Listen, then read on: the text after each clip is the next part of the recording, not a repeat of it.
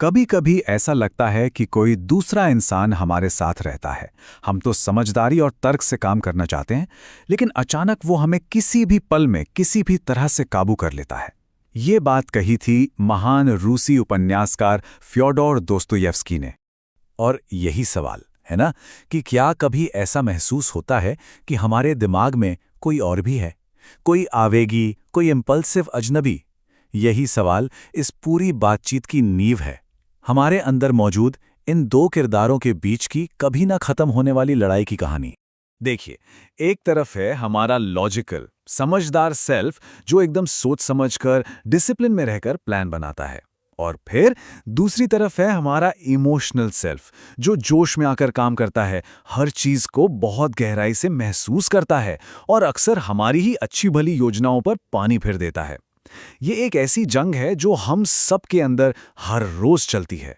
अच्छा, एक सिचुएशन सोचिए। मुझे यकीन है ये हम सबके साथ हुआ है। किसी दिन हम एकदम मोटिवेटेड महसूस करते हैं, बड़े बड़े प्लान बनाते हैं, कुछ दिन तक तो सब बढ़िया चलता है, और फिर एक छोटा सा इम्पल्सिव फैसला और सब बिखर जाता है। तो सवाल वही है, आखिर ऐसा होता क्यों है? कौन है जो असल में कंट्रोल में है? इसका जवाब हमारी इच्छा शक्ति या विल पावर में नहीं है। नहीं, इसका जवाब छिपा है बहुत बहुत गहरा, हमारे लाखों साल पुराने विकास के इतिहास में। चलिए इस गुत्थी को सुलझाते हैं। तो चलिए इस मिस्ट्री को सॉल्व करने के लिए एक टाइम मशीन में बैठते हैं और चलते हैं लाखों साल पीछे, ये समझने के लिए कि हमारे दिमाग की ये वायरिंग हुई कैसे। तो कहानी कुछ ऐसी है। करीब 80 लाख साल पहले हमारे पूर्वज थे। फिर लगभग 8 लाख साल पहले हमारे दिमाग में एक खतरे का अलार्म सिस्टम बना, जिसे एमिगडाला कहते हैं। डर, गुस्सा जैसी गहरी भावनाओं का सेंटर। और इसके मुकाबले में हमारी लॉजिकल सोच, अरे वो तो बहुत नहीं है, सिर्फ 10,000 साल पहले ही ठीक से विकसित होनी शुरू हुई। तो ये सब जानने के बाद एक बहुत बड़ा सवाल खड़ा होता है, और इसका जवाब सच कहूं तो थोड़ा चौंकाने वाला है। और ये रहा वो जवाब।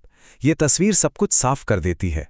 हम सोचते हैं कि हम बड़े लॉजिकल हैं, पर सच्चाई ये है कि हमारा दिमाग, हमारा पूरा सिस्टम भावनाओं पर चलने के लिए बना है। लॉजिक तो बस एक छोटा सा नया सॉफ्टवेयर अपडेट है।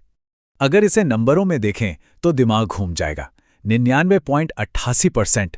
सोचिए, हमारे मानसिक हार्डवेयर का 99.88% हिस्सा भावनाओं से चलता है। हम असल में सोचने वाली मशीन नहीं है, हम महसूस करने वाली मशीन है, जिसने बस थोड़ा बहुत सोचना सीख लिया है। तो अब सवाल ये है कि करें क्या? इस जंगली इमोशनल घोड़े का क्या करें? और जवाब ये नहीं है कि इसे खत्म कर दें, नहीं। लक्ष्य है इस पर सवारी करना सीखना, क्योंकि अगर इसे सही दिशा दी जाए तो इससे ज्यादा ताकतवर कुछ भी नहीं। तो इस सवारी का पहला कदम क्या है? बहुत सिंपल है, बस जागरूक बनना, अवेयर होना। क्योंकि एक सीधा सा नियम है, आप उस चीज को ठीक नहीं कर सकते जिसके बारे में आपको पता ही नहीं कि वो मौजूद है। तो करना क्या है? बस एक छोटी सी आदत डालनी है। कोई भी बड़ा फैसला लेने से पहले, खासकर जब इमोशंस हाई हों, बस एक सेकंड के लिए रुकिए और खुद से पूछिए, 1 मिनट, ये फैसला मेरा दिमाग ले रहा है या मेरा दिल?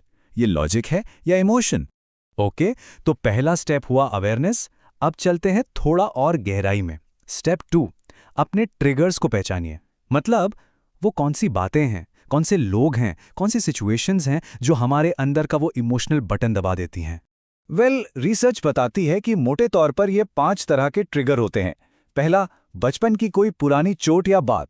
दूसरा, अचानक मिली कोई बहुत बड़ी कामयाबी या नाकामी। तीसरा, जब प्रेशर बहुत ज्यादा हो। चौथा, कुछ लोग होते ही ऐसे हैं जो हमें उकसाते हैं। और पांचवा, ग्रुप इफेक्ट, यानी भीड़ का असर। और ये जो आखिरी वाला पॉइंट है ना, ग्रुप इफेक्ट, उसके बारे में एक बहुत कमाल की बात कही गई है कि एक अकेले इंसान से आप तर्क की उम्मीद कर सकते हैं, पर भीड़ से कभी नहीं। तो हम जागरूक हो गए, हमने अपने ट्रिगर्स भी पहचान लिए।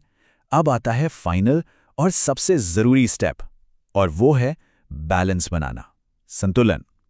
यहां मकसद लड़ाई जीतना नहीं है, मकसद है अपने लॉजिकल और इमोशनल साइड में दोस्ती कराना।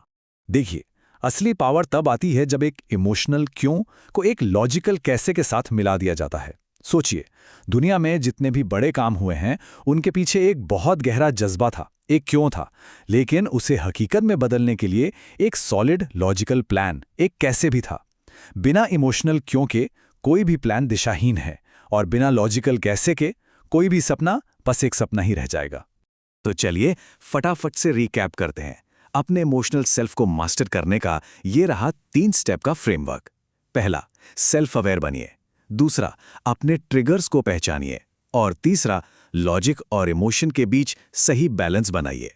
तो आखिर में सवाल बस इतना सा है, हमारी भावनाएं एक बेकाबू शक्तिशाली घोड़ा हैं, और हमारा तर्क वो लगाम है जिससे उसे काबू किया जा सकता है। सवाल ये है कि लगाम किसके हाथ में है,